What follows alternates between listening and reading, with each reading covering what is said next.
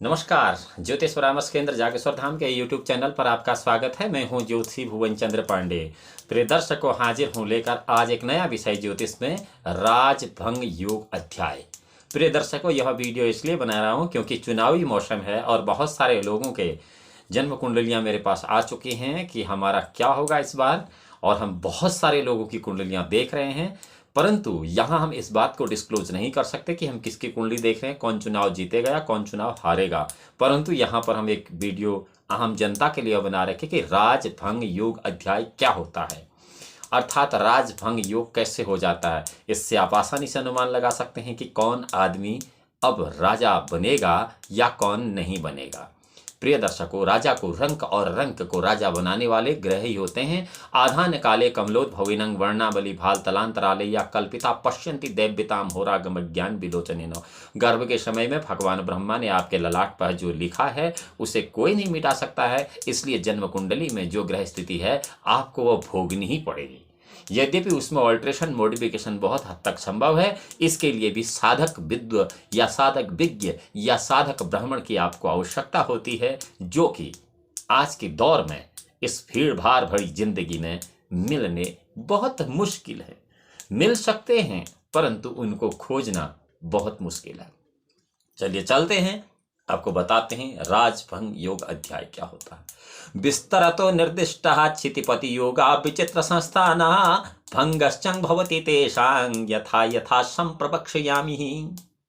अर्थात विस्तार पूर्वक मैं जो राजयोगों को बता रहा हूं उन्हीं राजयोगों के भंग होने की भी बात आपको बता देता हूं कि यह किस प्रकार से ये राजयोग भंग होते हैं। कुजार्क विकार जीवार्क भिरत्रम नीचय द्वयाभ्याम त्रिभुवेकतमे विलग्ने निशाकरे वृश्चिक राशि संस्थे विषीयते राज करो ही योग। मंगल, सूर्य व शनि, इनमें से 2 या 3 ग्रह अपनी नीच राशि में हैं। कोई एक लग्न स्थान में पड़े, वृश्चिक में चंद्रमा हो तो राजयोग भंग हो जाता है। अब एक कुंडली मेरे पास ऐसी है यहीं पर पड़ी हुई जो कि वृश्चिक लग्न की है, उसमें चंद्रमा भी है और मंगल भी है। अब यहां चंद्रमा यदि वृश्चिक राशि में है तो राजभंग योग होता है, यह बिल्कुल सही बात है। लेकिन इसके साथ साथ यहां मंगल है, इसका क्या होगा यह मैंने अभी आपको नहीं बताया। अन्यता अष्टादिभागैर्चररास्यादिषु शशि यदा क्षीणः एकेनापि न दृष्टो ग्रहेणं भंगस्तथा नृपतिः। यदि क्षीण चंद्रमा चर राशि के अंतिम नवांश में या स्थिर राशि के अष्टम नवांश में, द्विषभाव राशि के प्रथम नवांश में और उस पर किसी ग्रह की दृष्टि नहीं है तो भी राजभंग योग होता है।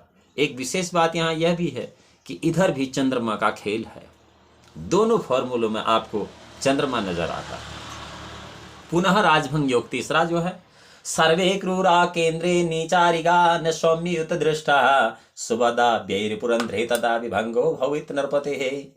सर्वे क्रूरा केंद्रे नीचारिगता न सौम्ययुत सदृशा सुबदा व्यैरपुरंध्रे तदापि भंगो भवि नरपते। सभी पाप ग्रह अपने नीच या शत्रु राशि में होकर केंद्र में रहें और सभी सुग्रह त्रिक 6-8 बार में रहे तो राजभंग योग होता है। इसके लिए किसी भी जातक की नवांश कुंडली को देखना बहुत आवश्यक हो जाता है। लग्नं गणोत्तमं नखरेश्चंद्रते तदा भंगं भवति नहि नृपयोगानां दारिद्र्याय प्रजातस्य। यदि लग्न में वर्गोत्तम नवांश नहीं है तो उस पर किसी भी ग्रह की दृष्टि नहीं है तो राजभंग योग हो जाता है और जातक दरिद्र हो जाता है।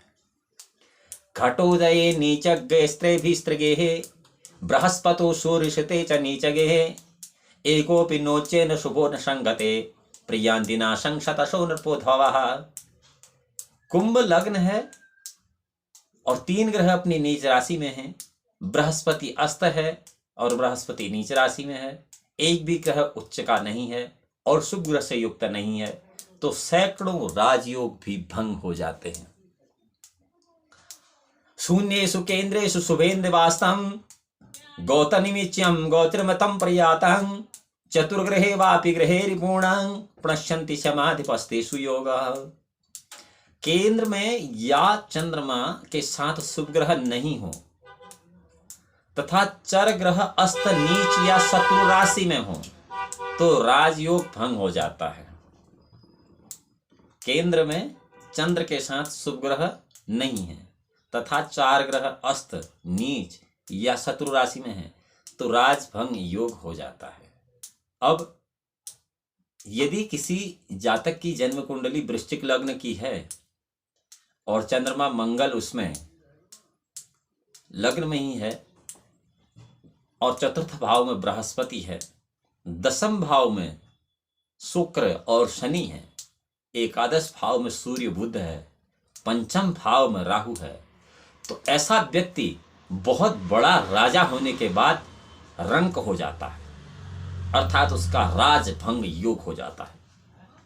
वृश्चिक लग्न की कुंडली में यदि राहु पंचम भाव में है और गुरु चतुर्थ भाव में है, सूर्य और बुध 11वें भाव में है, चंद्रमा के साथ मंगल लग्न में है, तो ऐसा जातक एक प्रतापशाली, एक प्रभावशाली, एक नामचीन राजा होने के बाद रंक हो जाता है।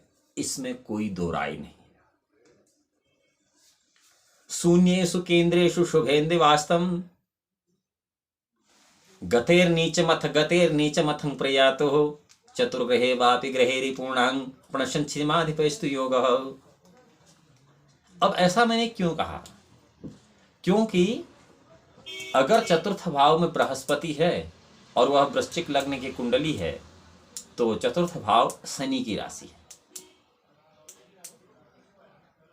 अब यहां पर शनि जो है शुभ ग्रह तो है नहीं, और जो दशम भाव है वहां पर सूर्य की राशि है, सूर्य भी शुभ ग्रह नहीं है।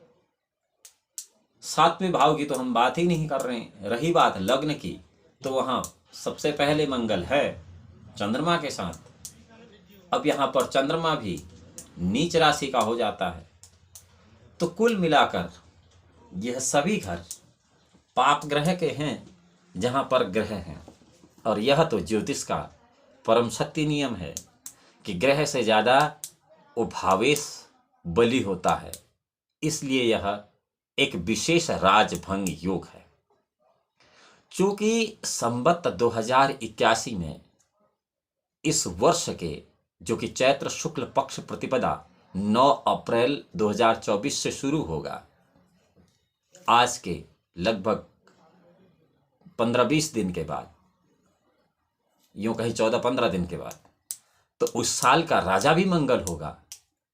और यह मंगल अत्यंत अनिष्टकर इन कुंडलियों के लिए होगा जिनके लग्न में नीच राशि का चंद्रमा है। प्रिय दर्शकों, यह केवल एक सूत्र हैं ज्योतिष के जो कि हमने आपको बताए हैं। इनका किसी आदमी के व्यक्तिगत जीवन से कोई संबंध नहीं है, यह हम आपको फिर बता देते हैं क्योंकि इसका दुरुपयोग संभव है। इस वीडियो में हमने आपको बताया कि राजभंग योग क्या होता है। अगली वीडियो में हम आपके साथ एक और नया विषय लेकर हाजिर होंगे। तब तक के लिए, जब तक कि हम आपसे अगली वीडियो में मिलें, भगवान भोलेनाथ आपका परम कल्याण करें। तब तक के लिए नमस्कार।